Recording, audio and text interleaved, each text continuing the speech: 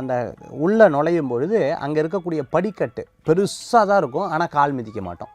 பெருசாக இருக்கும், நீங்கள் பார்த்துருப்பீங்க, ஆனால் கால் மிதிக்க மாட்டோம். அப்படி தாண்டி போவாங்க. அதாவது நல்ல எண்ணமும் இருக்குது, எதிர்மறையான எண்ணமும் இருக்குது.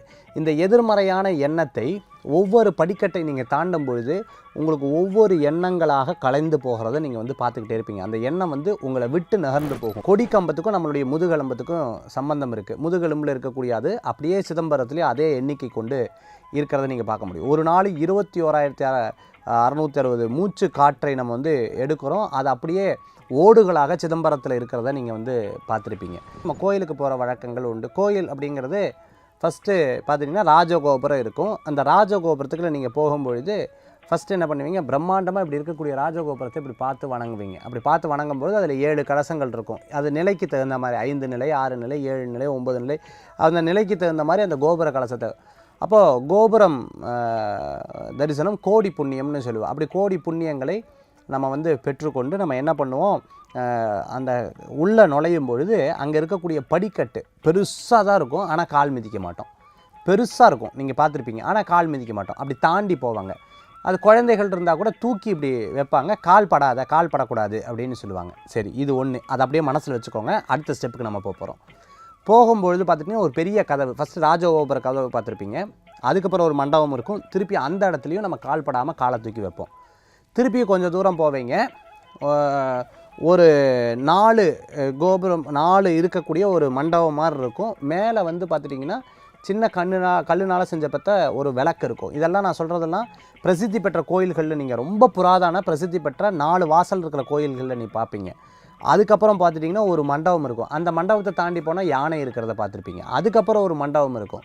அதுக்கப்புறம் பார்த்துட்டிங்கன்னா இன்னொரு மண்டபம் இருக்கும். அதுக்கப்புறம் பார்த்துட்டிங்கன்னா இன்னொரு, இப்படி 7 மண்டபம் 8 மண்டபம் தாண்டினதுக்கப்புறம் மூலஸ்தானம் வரும். அப்படியே கர்ப்ப கிரகத்தில் சாமி இருப்பார். அதுக்கு முன்னாடி இருக்கிற முன் மண்டபத்தில் போய் நின்று நீங்கள் சாமியை பார்ப்பீங்க.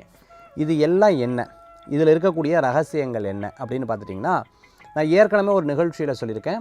அந்த முன்னாடி இருக்கக்கூடிய அந்த கொடிக்கம்பத்துக்கும் நம்மளுடைய முதுகெலும்பத்துக்கும் சம்பந்தம் இருக்குது. முதுகெலும்பில் இருக்கக்கூடிய அது அப்படியே சிதம்பரத்துலேயே அதே எண்ணிக்கை கொண்டு இருக்கிறத நீங்கள் பார்க்க முடியும். ஒரு நாள் 21,660 மூச்சு காற்றை நம்ம வந்து எடுக்கிறோம். அது அப்படியே ஓடுகளாக சிதம்பரத்தில் இருக்கிறத நீங்கள் வந்து பார்த்துருப்பீங்க. ஸோ இந்த மாதிரி இருக்கிறத நம்ம வந்து தெரிந்து கொள்ள முடியாது. அப்போது கோயில் அப்படிங்கிறது என்ன, நம்ம உடம்பே ஒரு பெரிய கோயில் தான். அதே மாதிரி கோயில், அந்த கோயிலுக்குள்ளே போகும்போது ஒவ்வொரு மண்டபத்தை தாண்டும் பொழுது நம்மளுடைய ஒவ்வொரு சக்கரம் வந்து கிளென்ஸ் ஆகும். உடம்புல இருக்கக்கூடிய ஆதார சக்கரங்கள்னு இருக்குது. நம்ம எண்ணத்துலேயே பலவிதமான எண்ணங்கள் இருக்குங்க. அதாவது நல்ல எண்ணமும் இருக்குது, எதிர்மறையான எண்ணமும் இருக்குது. இந்த எதிர்மறையான எண்ணத்தை ஒவ்வொரு படிக்கட்டை நீங்கள் தாண்டும் பொழுது உங்களுக்கு ஒவ்வொரு எண்ணங்களாக கலைந்து போகிறத நீங்கள் வந்து பார்த்துக்கிட்டே இருப்பீங்க. அந்த எண்ணம் வந்து உங்களை விட்டு நகர்ந்து போகும். உடம்பில் இருக்கக்கூடிய அந்த கெட்ட சக்தி உங்களை விட்டு நகர்ந்து போகும். வென் யூ ரீச் தட் மூலஸ்தானம், அதாவது நீங்கள் வந்து அந்த மூலஸ்தானத்துக்கிட்ட போய் ரீச் ஆகும்பொழுது இறைவன் வந்து உங்களை எப்படி படைத்தாரோ அதே போன்று ஒரு புனிதமான தன்மைகளை கொண்டு நம்மளுடைய மனசில் இயல்பான ஒரு அந்த அவரை போய் சந்திக்கக்கூடிய ஒரு அற்புதமான, ரொம்ப நாள் கழித்து, உதாரணமாக நான் சொல்கிறேன் பாருங்கள், இந்த ஒரு சப்ஜெக்டில் உங்களுக்கு ஈஸியாக புரிஞ்சிடும். ஒரு குழந்தை வந்து ஒரு அம்மாவை விட்டு படிக்கிறதுக்காக ஒரு 10 வருஷம் போகிறார். திருப்பி ரொம்ப நாள் கழித்து அந்த அம்மாவை வந்து அந்த குழந்தை பார்க்கும்பொழுது எவ்வளவு அன்பு இருக்கும், மிகப்பெரிய அன்பு இருக்கும். அந்த குழந்தை கிளம்புறதுலேருந்து என்னோடய அம்மாவை பார்க்க போகிறேன், என்னோடய அப்பாவை பார்க்க போகிறேங்கிற ஒரு பெரிய ஆசை இருக்கும். அதே மாதிரி இந்த அம்மாவுக்கு என் குழந்தை என்னை வந்து பார்க்க வரான் அப்படிங்கிற ஒரு பெரிய மனசில் ஒரு சந்தோஷம் இருக்கும் பாருங்கள். இந்த 2 சந்திப்பின் போது ஏற்படக்கூடியது ஒன்றே ஒன்று என்ன அப்படின்னு கேட்டிங்கன்னா, அன்பு அன்பு அன்பு அன்பு அன்பு. இங்கே காசு பணம் வேலை செய்யாது.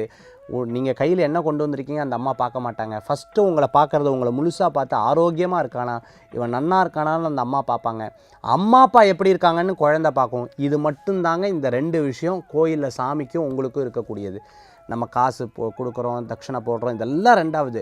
அந்த இடத்துல போகும்பொழுது எப்படி ஒரு அம்மாவும் குழந்தையும், ஒரு அப்பாவும் குழந்தையும் வந்து ரொம்ப வருஷம் கழித்து பார்க்கும்பொழுது ஏற்படுகிறதோ, இந்த தன்மைகள் நீங்கள் மூலஸ்தானத்துக்கு முன்னாடி இருக்கக்கூடிய அந்த இடத்துக்கு போய் நிற்கும் பொழுது உங்களுக்கு ஏற்படுறதுங்கிறது தான் சயின்டிஃபிக்கான உண்மை. சரி, நம்ம இப்போ பேக் டு த பாயிண்ட். நம்ம வந்து அந்த கால் வந்து படாமல் ஏன் தாண்டுறோம் அதை நம்ம எடுப்போம். நீங்கள் நல்லா கவனித்து பாருங்கள், கொஞ்சம் உற்று நோக்கி கவனித்து பார்த்தால் தெரியும். அந்த படிக்கட்டில் நீங்கள் பார்த்தீங்கன்னா ஒரு தாமரை வரைஞ்சிருப்பாங்க, ஒரு புஷ்பம் மாதிரி ஒன்று வரைஞ்சிருப்பாங்க. இது ஒன்று. இதையும் சொல்கிறேன், வீடுகளில் பார்த்துட்டிங்கன்னா 2 பக்கம் இந்த வாசப்படிக்கட்டுக்குள்ள 2 பக்கம் கோலம் போடுவாங்க. நீங்கள் பார்த்துருப்பீங்க. வீட்டினுடைய வாசலில் கோலம் போடுவாங்க. கோலத்தை மிதிக்காதேன்னு சொல்லுவாங்க. இதுதான் அர்த்தம். அதாவது கோயிலில் ஃபஸ்ட்டு நம்ம என்டர் ஆகக்கூடிய இடத்துலேருந்து ஒவ்வொரு வாசல் கால்கள்லேயும் ஒவ்வொரு தேவதைகளை அவர்கள் ஆவாகனம் பண்ணுற வழக்கங்கள் உண்டு. கோயிலை சுற்றி அஷ்டபலி 8 பீடங்கள் இருக்கிறத நீங்கள் பார்த்துருப்பீங்க. அதேமாதிரி சதுர்பி 4 பீடங்கள் இருக்கிறத பார்த்துருப்பீங்க. இப்போ திருப்பதி சுவாமி கோயிலில் பாருங்கள், ஜெயா விஜயான்னு 2 முன்னாடி இருக்கக்கூடிய பாலகர்கள், அதாவது அந்த துவார பாலகர்னு சொல்லுவாங்க. அந்த உள்ள போகிறதுக்கு முன்னாடி இருக்கக்கூடிய அவர்கள் காவலாளிகள்னு சொல்லுவாங்க. அதே போன்று அந்த படிக்கட்டுகளில் வணங்கி நமஸ்காரம் பண்ணுற மாதிரி படங்களும் நீங்கள் பார்த்துருப்பீங்க. அது அந்த காலத்திலே ரொம்ப அழகாக போட்டிருக்காங்க. இந்த இடத்துல தான் நமஸ்காரம் பண்ணியிருக்காங்க அப்படிங்கிற ஒரு அற்புதமான விஷயம். இந்த இடத்துல நமஸ்காரம் பண்ணணுன்னு அப்போ தொட்டு கும்பிடக்கூடிய சில தேவதைகள், பால துவாரகர்கள், சில அற்புதமான தேவதைகளை அந்த இடத்துல ஆவாகனம் பண்ணுற வழக்கங்கள் உண்டு. அதனால தான் அந்த படிக்கட்டை மிதிக்கக்கூடாது அப்படின்னு சொல்லுவாங்க, தாண்டணும் அப்படின்னு சொல்லுவாங்க. கோயிலில் அந்த கட்டுமான கலை இருக்குது பார்த்திங்களா, அதில் ஒரு பெரிய அற்புதமான அறிவியல் இருக்குது. ஒரு பெரிய நம்ம உடம்புக்கும் அதற்கும் மிகப்பெரிய ஒரு சம்பந்தம் அப்படிங்கிறது இருக்குது. அப்போ கோயிலுக்குள்ளே போகும்பொழுது நம்ம நினச்சிட்டு போய் சாமியை கும்பிட்டு வரோம், கும்பிட்டு வந்தோடனே எனக்குள்ளே ஒரு மன நிம்மதி கிடைக்குது, போயிட்டு வரோம். இல்லைங்க, இங்கே ஒவ்வொரு தடவை ஆலயத்தில் நீங்கள் போய் சாமியை தரிசனம் பண்ணிட்டு வரும்பொழுது ஒவ்வொரு தடவையும் உங்களை நீங்கள் ரீஜெனரேட் பண்ணுறீங்க, உங்களை நீங்கள் ரிஃப்ரெஷ் பண்ணுறீங்க, உங்கள் ஜாதகங்களில் ஒரு பெரிய மாற்றங்கள் ஏற்படுறது. இதுதான் உண்மையும் கூட. அது புராதன கோயில்கள், பிரசித்தி கோயில்களுக்கு ஒரு மிகப்பெரிய தன்மைகள் இருக்குது. அதனால தான் புராதன கோயில்களில் நீங்கள் ராஜகோபுரத்துலேருந்து ஆரம்பித்து மூலஸ்தானத்துக்கு போகிறதுக்கே 20 நிமிஷம் ஆகும். உங்கள் ஒவ்வொரு மன எண்ணங்கள்லாம் தாண்டி உள்ளே போகும்பொழுது உங்களுக்கு ஒன்றுமே இருக்காது, பேசுகிறதுக்கு வேண்டுறதுக்கு ஒன்றுமே இருக்காது. இறைவனை பார்க்கலாங்கிற எண்ணங்கள் மட்டும்தான். மீண்டும் சந்திப்போம். வேல்வேல் முருகா. வெற்றிவேல் முருகனுக்கு கரகரோகரா.